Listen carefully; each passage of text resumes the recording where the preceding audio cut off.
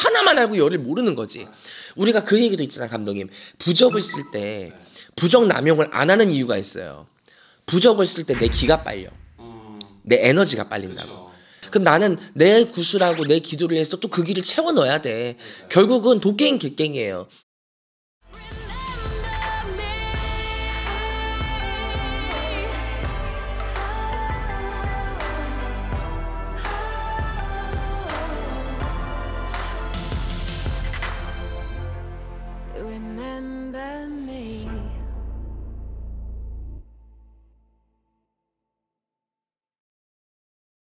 네, 선생님 안녕하세요. 안녕하세요. 선생님과 항상 이렇게 심도 깊은 이야기를 하는 게 참 좋은 것 같은데, 네. 참 윤도령이 생각하는 무당이란 무엇일까요? 무당이라는 어떤 자체는 뭐 우리가 뭐 빌어주는 사람, 뭐 신을 모시는 사람, 뭐 신의 내림을 받은 사람, 뭐 굉장히 사실 해석하기가 나름이잖아요. 네.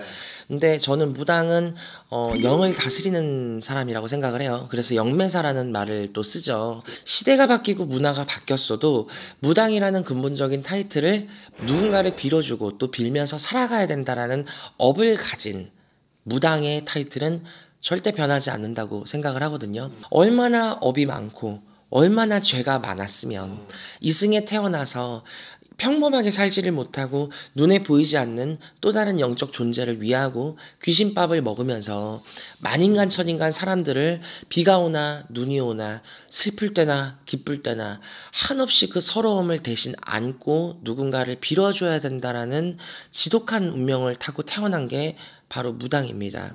무당이라는 어떤 그 자체는 돈을 10억을 벌든 100억을 벌든 1억을 벌든 단 1,000만 원만 벌든 그 무당이라는 자체만의 어떤 아픔은 돈으로 바꿀 수가 없어요. 저는 사실 이 무당이라는 게 뭘까라는 주제를 오늘 다시 한번 제가 곱씹는 이유가 뭐 감독님도 아시겠지만 너무 많은 무당 선생님들이 배출이 되고 또 내모시고 뭐 제가 어제 오늘 굿만 해도 사실 또 무당이 되냐 마냐 어떤 그런 굿이었고 내일 있을 굿만 해도 사실 공판 굿이에요. 또 무당이 되냐 마냐. 근데 사실 우리도 구슬하고 신을 싣고 어떤 귀신들이나 조상들을 싣고 빼고 하면서 웃었다가 울었다가 어떤 희노애락을 다 느끼는 게 저는 굿판이라고 생각을 하는데 참 예민하게 지켜봐야 되고 이 사람을 판단해줘야 되고 신이냐 아니냐 결정을 내려줘야 되고 뭔가 이런 상황의 굿들을 많이 하다 보니까 우리가 좀 재미가 없는 건 사실이에요. 물론 우리 재밌으려고 구슬하는 건 아니지만 굿다운 굿의 면모를 갖추기가 참 세월이 가면서 더 열악해지고 있다는 걸 제가 많이 구슬해보면서 느끼거든요. 어제 이제 우리 저희 김씨 우리 사궁천무 첫째 굿이었어요. 자기 집안의 조상님들 대우해드리겠다고 스스로가 조상굿을 해드렸는데 우리 사궁천무나 일강천물 같은 경우는 지금 1년이 넘었는데 벌써 조상굿을 애들이 한 5-6번 한 것 같아. 다 자기들 집 안 굿을. 근데 저 또한 사실 그렇게 했거든요. 근데 어제 그런 공수가 나왔었어. 신받은 지 이제 벌써 횟수로는 2년이 돼가고 그 안에 굿을 굉장히 많이 했고 소술굿도 했고 가리굿도 했고 기도도 많이 다녔고 손님도 보고 했는데 사실 크지를 못하는 거야. 아직까지도 준비가 되지 않은 자손. 말 그대로 너무 조상에서 이 자손이 뿐만 아니라 이 윗대의 어르신들 중에서 죄를 많이 짓고 개를 자시고 뱀을 자시고 살생을 하고 인육을 먹고 어떤 안 좋았던 조상들의 내력과 업보가 너무 많으니까 이것들을 다 풀어도 끝이 없는 거야. 그리고 그래서 내가 그랬어요. 이걸 다 풀 생각을 하지 말고 끌어안고 갈 생각을 하는 게 훨씬 빠르겠다. 네가 이 조상들이 지은 죄를 풀려면 너 죽을 때까지 관뚜껑 짤 때까지도 이거 못 풀어. 차라리 안고 가라 라 그랬어요. 그러니까 우리가 그런 말 있잖아요. 귀머거리 3년, 신봉사 3년, 주둥이 닦고 3년, 신받은 연도 포함해서 총 합이 10년 은 돼야 만신 소리를 듣고 선생님 소리를 듣는다. 그때서가 돼야 애동이라는 타이틀을 벗어난다 라 그러잖아. 우리가 8년 9년 돼도 애동이야. 그러니까 참 이 무당이라는 게 어려운 거거든. 정말로 명다리 뭐 사람들한테 명다리만 겁나 팔아. 근데 그 명다리가 이 사람들의 이름을 팔고 사주를 팔았을 때 내가 그걸 껴안고 가야 되는데 명다리가 사람들한테 저렴하게 싸게 되게 크게 느껴지니까 맨날 명다리만 팔아. 근데 그 명다리가 쌓이면 그 대가를 누가 쳐? 이 무당이 자손이 있으면 그 자손이 대신 쳐. 근데 그거를 애동이들 몰라요. 내가 이 사람들의 명다리를 그 정도로 받아서 돈으로 지랄을 하고 남용을 할 때 내 새끼가 다칠 수도 있다는 걸 몰라. 하나만 알고 열을 모르는 거지.